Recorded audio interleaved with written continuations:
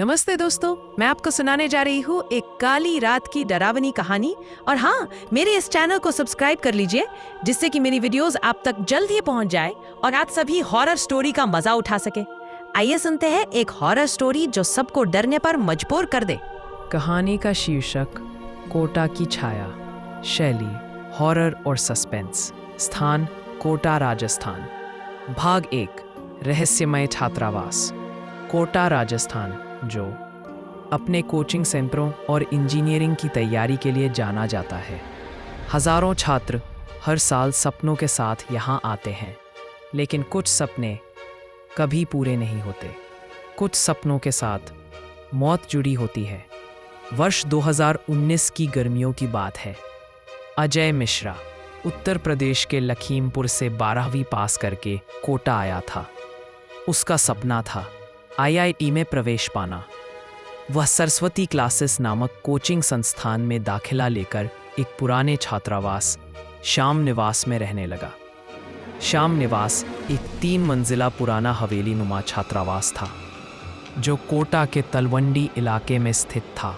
इसे सस्ते किराए की वजह से गरीब छात्रों का सहारा माना जाता था, लेकिन इस हॉस्टल के बारे में कुछ बातें अजीब थीं।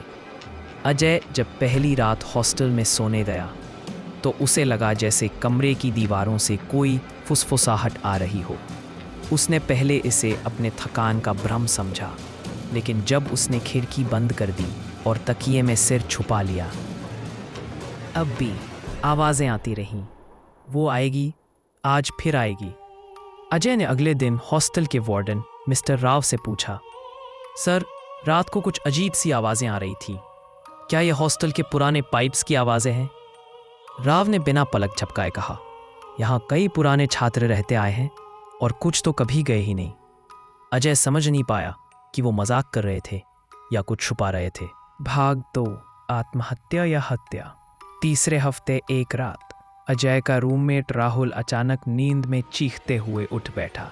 वो आई थी, उसने मेरी गर्दन दबाई। अजय घबरा गया।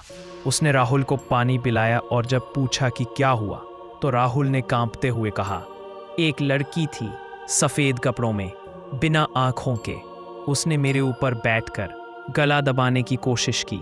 अजय ने इसे कोई डरावना सपना समझा और राहुल को शांत किया, लेकिन 2 दिन बाद राहुल तीसरी मंजिल से नीचे गिरा हुआ मिला, मृत। पुलिस ने इसे आत्महत्या घोषित किया, लेकिन अजय जानता था राहुल कभी आत्महत्या नहीं कर सकता था। भाग 3 पुराना राज। अजय ने ठान लिया कि वह इस हॉस्टल का सच पता लगा कर रहेगा। उसने आसपास के दुकानदारों से पूछताछ की। एक बूढ़ा पान वाला, जिसे सब भाटिया अंकल कहते थे, बोला, बेटा, ये श्याम निवास पहले ठाकुर विजय सिंह की हवेली थी। उन्होंने यहाँ एक नौकरानी को जिंदा दीवार में चिनवा दिया था। उसका नाम था गुलाबी। उसके बाद से ही ये जगह मनहूस हो गई। अजय को अब यकीन हो चला था कि हॉस्टल में कुछ अलौकिक घट रहा है। उसने गुलाबी की आत्मा को शांत करने के लिए एक तांत्रिक से संपर्क किया। भाग 4 तांत्रिक की चेतावनी। अजय ने कोटा स्टेशन के पास बसे पुराने मोहल्ले में रहने वाले एक तांत्रिक भैरवनाथ बाबा से संपर्क किया।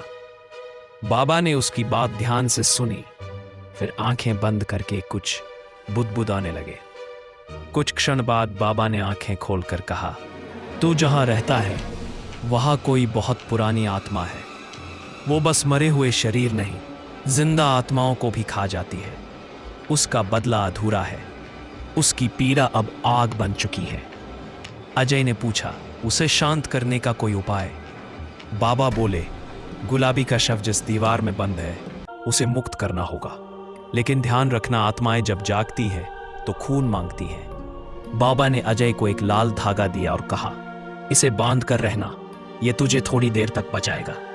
भाग 5 दीवार के पीछे। अजय अब हॉस्टल में अकेला था। राहुल की मौत के बाद कोई नया रूममेट नहीं आया था। उसने एक रात अपने कमरे में कैमरा ऑन कर दिया और खुद सोने की एक्टिंग करने लगा। करीब 2 बजे वीडियो में कुछ अजीब कैद हुआ। एक सफ़ेद साया कमरे की दीवार से बाहर निकला और अजय की तरफ बढ़ने लगा। लेकिन जैसे ही उसकी नज़र अजय के हाथ में बंधे लाल धागे पर पड़ी, वह चीखते हुए गायब हो गया। अगले दिन अजय ने तहखाने की तलाश शुरू की। श्याम निवास के बेसमेंट में एक टूटी फूटी दीवार मिली। अजय ने दीवार पर धीरे से हाथ फेरा। वहां से हल्की सड़न की गंध आ रही थी। उसने एक हथौड़े से दीवार को तोड़ना शुरू किया। कुछ ईंटें हटाते ही अंदर से एक कंकाल बाहर गिरा। स्त्री की हड्डियां, गले में टूटा हुआ माला और उसके साथ एक खून से सना लाल दुपट्टा। जैसे ही कंकाल जमीन पर गिरा, पूरे हॉस्टल में बिजली चली गई।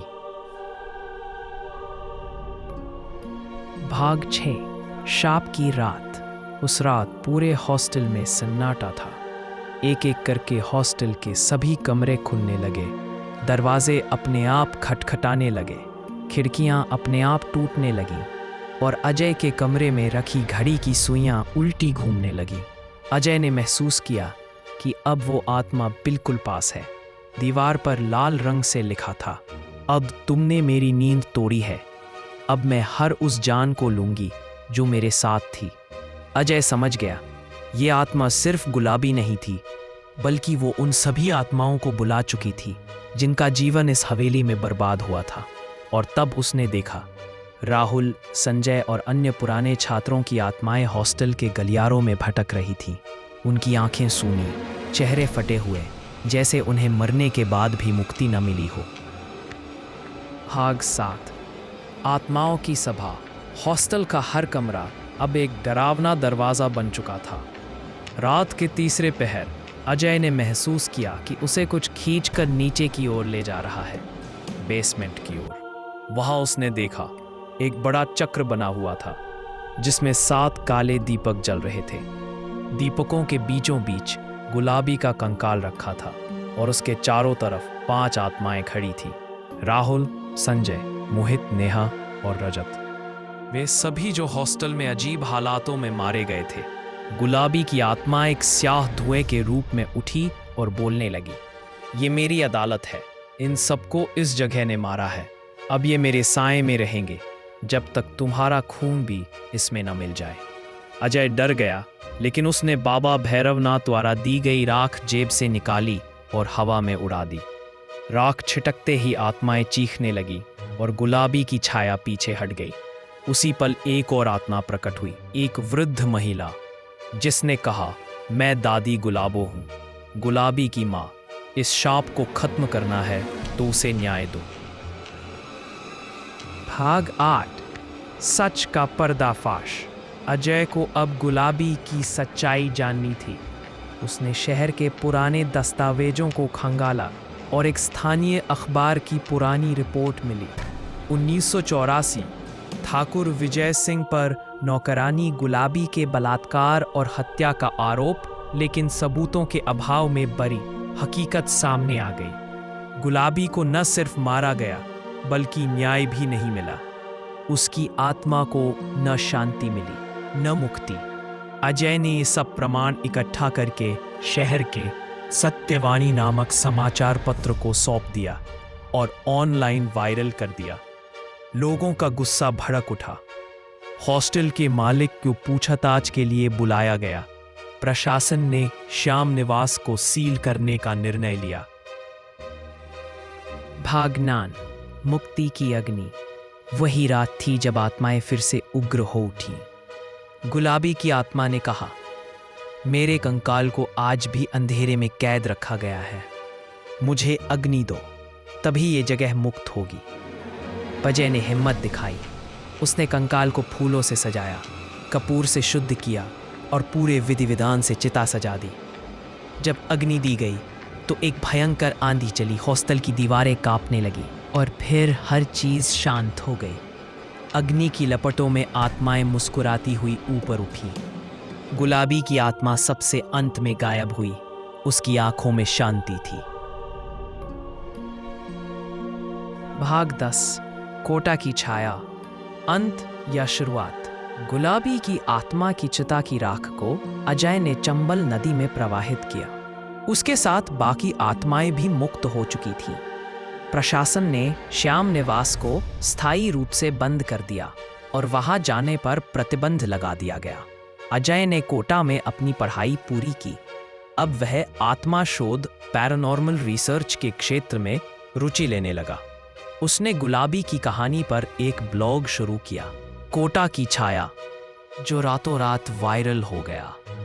कुछ साल बाद 2024 की एक सुबह कोटा के एक नए कोचिंग छात्र विवेक शर्मा एक नए हॉस्टल में शिफ्ट हुआ। उसका कमरा नंबर था 280। पहली रात ही उसकी नींद खुली। दीवार पर खरोंचों से लिखा था, तुमने मुझे जलाया लेकिन मैं राख से फिर उठूंगी। कमरे की खिड़की अपने आप खुली और बाहर एक परछाई खड़ी थी। एक औरत, लाल दुपट्टा, आंखें नहीं, बस स्याह गड्ढे, गुलाबी लौट आई थी। समाप्त, लेकिन छाया अभी भी